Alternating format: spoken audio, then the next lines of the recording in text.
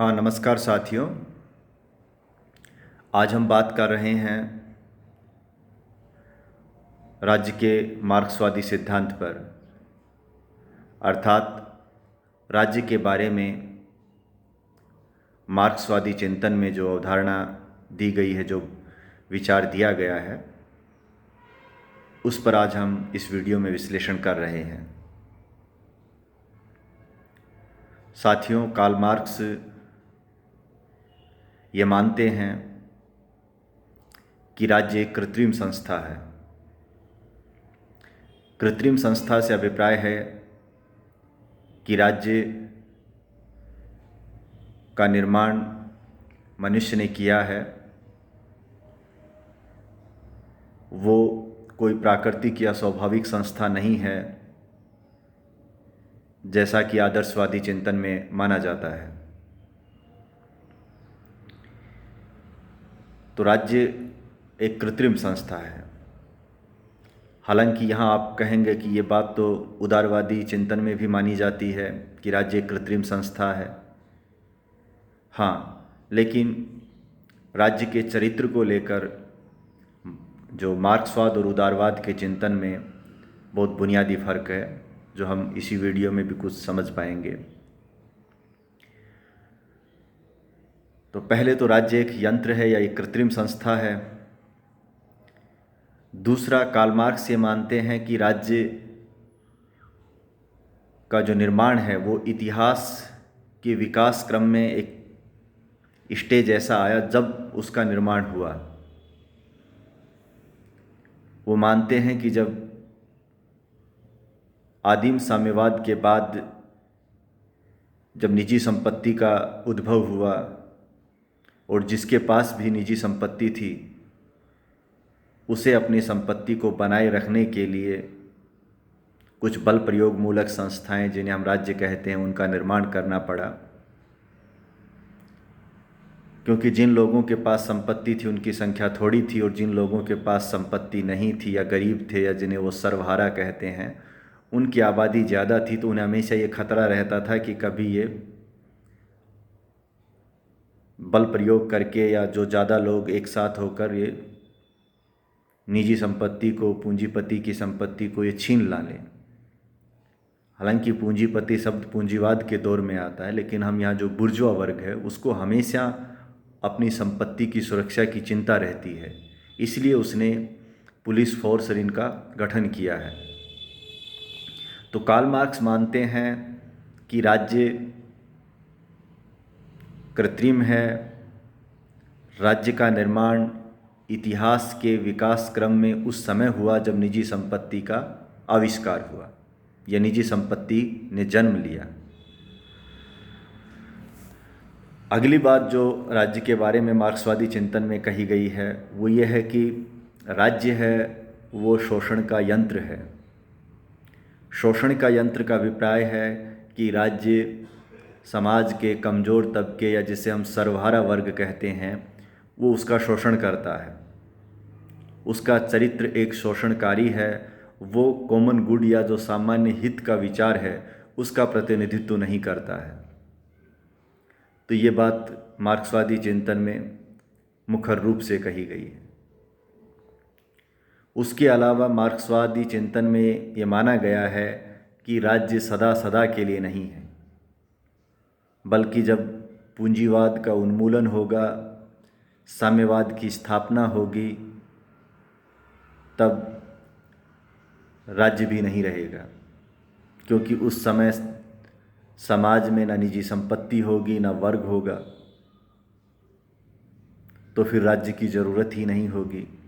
क्योंकि राज्य की ज़रूरत तो उस वर्ग के लिए थी जो अपनी जो निजी संपत्ति को बनाए रखना चाहता था।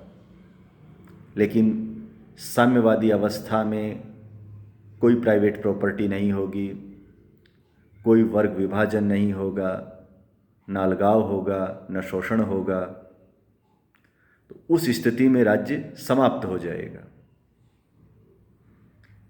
तो यहाँ वो उदारवादी जो मान्यता है राज्य के बारे में, उससे मार्क्स अलग हो जाता है। क्योंकि उदारवादी कभी ये नहीं कहते हैं कि राज्य समाप्त हो जाएगा, और ना ही वो ये मानते हैं कि राज्य शोषण का यंत्र है। लेकिन हाँ, राज्य की जो कृत्रिम स्थिति है उसको वो भी स्वीकार करते हैं। हाँ, राज्य क्यों अस्तित्व में आया इसके को लेकर भी उदारवादी और मार्क्सवादी चिंतन में अंतर है। मार्क्सवादी मानते हैं कि ये प्राइवेट प्रॉपर्टी को बनाए रखने के लिए राज्य आया है। उदारवादी चिंतन में ये माना गया है कि समाज में कानून और व्यवस्था को बनाने के लिए जो राज्य का निर्माण हुआ है। तो ये बहुत से अंतर हैं और बहुत बुनियादी अंतर है। कार्ल मार्क्स के जो चिंतन का पूरा जो केंद्र है वो पूंजीवाद की आलोचना है और उस व्यवस्था की कमियों को बताना है। एक तो ये स्थिति रही है। दूसरा, कार्ल मार्क्स ये मानते रहे हैं कि जो राज्य है वो पराधीन है। पराधीन का मतलब राज्य कोई एक स्वायत्त संस्था नहीं है, अर्थात राज्य वही कहेगा जैसा उस समय की जो बुर्जुआ वर्ग कहेगा। एक तरह से कार्ल मार्क्स ने एक समझाया है आधार और अधिरचना, स्ट्रक्चर और सुपर स्ट्रक्चर। तो जो स्ट्रक्चर है जिसे वो आधार कहता है, आधार और अधिरचना का जो विचार है, आधार का मतलब अर्थव्यवस्था से है, उत्पादन के साधन से है, और अधिरचना में राज्य भी आता है, परिवार, जो शिक्षण संस्थान, धर्म, विचारधारा, राजनीतिक दल, ये सब अधिरचना का हिस्सा है। तो कार्ल मार्क्स ये मानते हैं कि ये अधिरचना है वो आधार पर टिकी है, अर्थात जिधर भी अर्थव्यवस्था की रेलगाड़ी बढ़ती है, इंजन का डिब्बा चलता है, अधिरचना भी उसके पीछे पीछे चल देती है। ये जो ही आधार बदलता है, यानी कि उत्पादन के साधन और उत्पादन के संबंधों में जो चेंजेज आता है, तो उससे समाज, राज्य, धर्म, इन सब की जो संरचना है वो भी बदल जाती है। ये इन सब की प्राथमिकताएं भी बदल जाती हैं। इन सब का काम है कि वो राज्य, ये जो अर्थव्यवस्था है या जो बुर्जुआ वर्ग है, जो भी आधार जो उस जिस समाज का है, वहाँ के जो आर्थिक संबंध हैं उनको ये जायज़ ठहराते हैं। तो मार्क्सवादी जो चिंतन में ख़ास तौर पर रूढ़िवादी जो मार्क्सवाद है उसमें ये माना गया है कि राज्य की कोई स्वायत्ता नहीं है, बल्कि वो एक पराधीन संस्था है। जब भी हम ये कहते हैं कि राज्य स्वायत्त है तो उसका मतलब तो ये होता है कि राज्य अपने आप में संप्रभु है और वो समाज में फैसले लेते वक्त सामान्य हित को ध्यान में रखता है और वो किसी से बंधा नहीं है। वो दुनिया में के भीतर क्या फैसले लेता है और अपने राज्य के भीतर क्या निर्णय लेता है, वो हर मामले में स्वतंत्र है। वो आर्थिक क्षेत्र में भी बिना किसी दबाव के फैसले लेता है।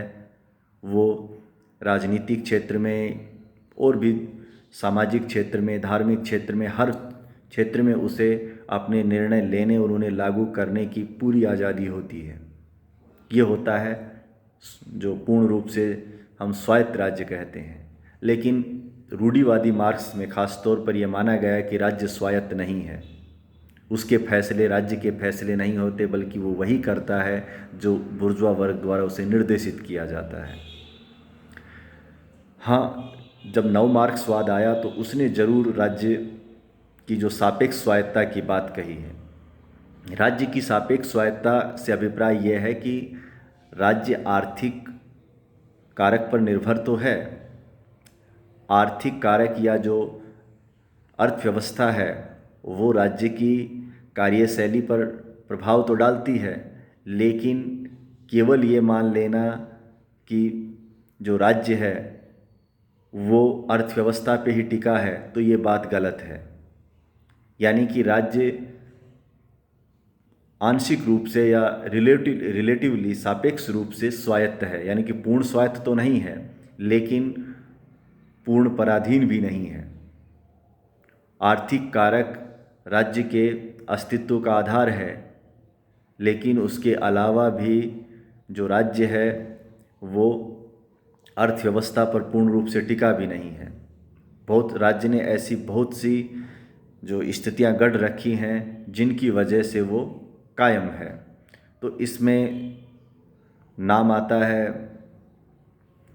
एंटिनो ग्राम्सी का है, लुई अल्थुजर है, निकोस पोलांज है, रॉल्फ मिलीबैंड हैं।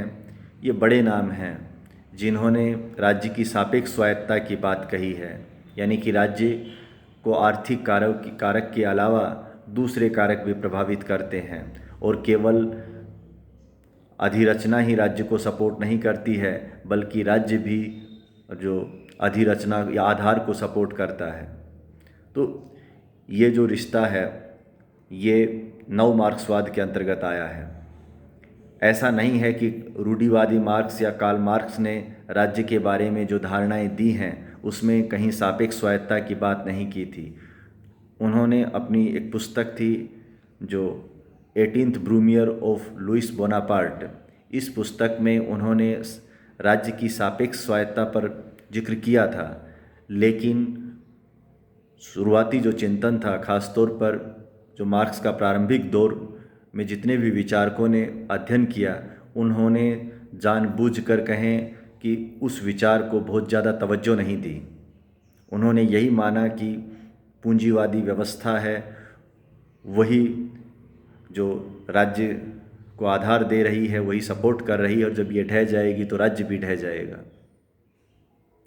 लेकिन बाद में ये जो आधार और अधिरचना के जो संबंध को नव मार्क्सवादियों ने बदलते वैश्विक माहौल के अनुरूप फिर से परिभाषित किया है।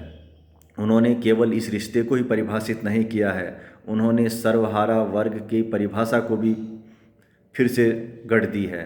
कार्ल मार्क्स जब ये मानते थे कि सर्वहारा वर्ग में मज़दूरों को शामिल किया था और बार बार वो दुनिया के मज़दूरों को एक हो जाने की अपील कर रहे थे, सर्वहारा वर्ग की इस अवधारणा को आज 20वीं सदी के उत्तरार्ध में और 21वीं सदी के शुरुआत में बदल दिया गया है।